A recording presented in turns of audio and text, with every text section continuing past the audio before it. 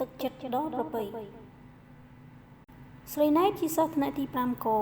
នាងរៀននៅសាលាបឋមសិក្សាមួយក្នុងខេត្តថ្ងៃនេះនាងបានត្រឡប់មកពីសាលារៀនមុនម៉ោងកំណត់ឃើញដូច្នេះ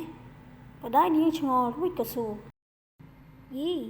ថ្ងៃនេះម្ដេចក៏កូនចេញពីរៀនមុនម៉ោងដូច្នេះចាស់ម៉ាក់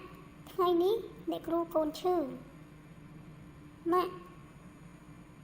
កូនចង់សុំឲ្យម៉ាក់ជូនកូនទៅសួរសុខទុក្ខអ្នកគ្រូដែលកំពុងសម្រាប់ព្យាបាលនៅឯមណ្ឌលសុខភាព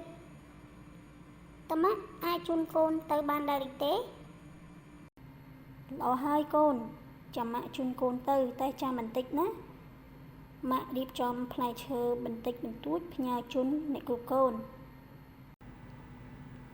ឃើញស្រីណែតនិងម្ដាយមកដល់អ្នកគ្រូសប្បាយចិត្តខ្លាំងណាស់អ្នកគ្រូសូមអរគុណកូនស្រីណែតនិងអ្នកមីងដែលមកសួរសុខទុក្ខខ្ញុំផ្ទាល់មិនអីទេអ្នកគ្រូសូមជូនពរអ្នកគ្រូឲ្យឆាប់ជាសះស្បើយណាចាអរគុណគ្រូជាឪពុកម្ដាយទី2របស់យើង